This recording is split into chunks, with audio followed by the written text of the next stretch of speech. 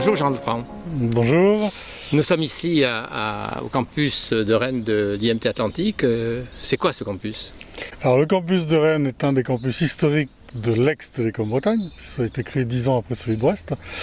Donc aujourd'hui, c'est le troisième campus après Nantes et Brest d'IMT Atlantique, avec des particularités liées à l'environnement rennais, qui est quand même une métropole d'enseignement supérieur extrêmement conséquente, en particulier par rapport à Brest.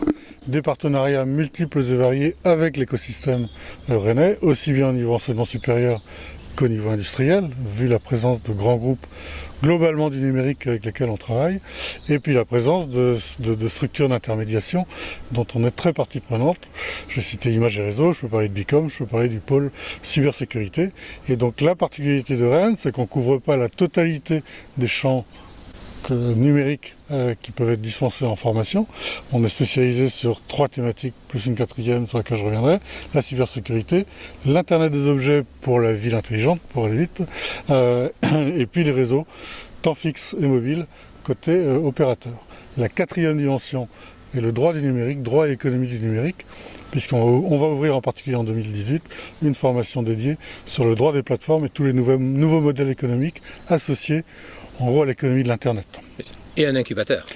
La dernière spécificité, donc ça c'est sur les fonctions traditionnelles historiques, recherche, c'est l'incubateur de l'école, donc a ouvert en 2001. Celui-là est l'aboutissement donc de 10 années, puisqu'il a été officiellement ouvert en janvier 2016, qui est vraiment un trait caractéristique de Rennes dans l'environnement. Et malgré la relative taille du campus de Rennes, c'est un élément distinctif par rapport aux autres établissements. On est quasiment le seul établissement à disposer d'un incubateur ouvert, dans le sens où il n'est pas réservé à nos professeurs ou aux anciens élèves. On reçoit des gens de DGA, on reçoit des anciens salariés d'Orange, des anciens salariés d'autres entreprises. Et de l'international. Et l'international, dans cet incubateur. Donc 12, en gros, capacité d'accueil de 12 projets d'entreprise sur des durées limitées. On est bien dans l'incubation, c'est donc 18 mois maximum. Donc on travaille pour la suite en lien avec le Technopole de Rennes Atalante, la French Tech, Rennes Saint-Malo, et en particulier on a été reconnu au niveau national dans le cadre de l'opération French Tech Ticket sur 2 opérations autour de l'IoT et de la cybersécurité. Donc on a 2 projets aujourd'hui internationaux hébergés dans l'incubateur à Citre-là. Donc c'est vraiment un trait caractéristique parce que ça répond aux missions que nous demande le ministère en termes de création d'emplois, de développement économique, mais on y trouve un réel intérêt.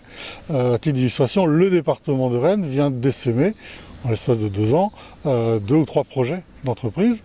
Donc essaimer, ça veut dire aussi que des anciens chercheurs du département y contribuent à travers un concours scientifique.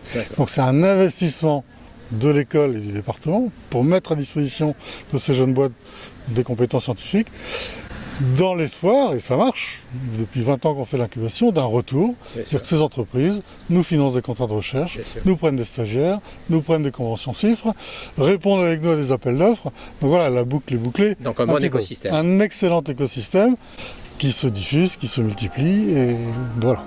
À tel point qu'on est obligé de sélectionner les projets maintenant. Merci beaucoup. Voilà. Merci beaucoup.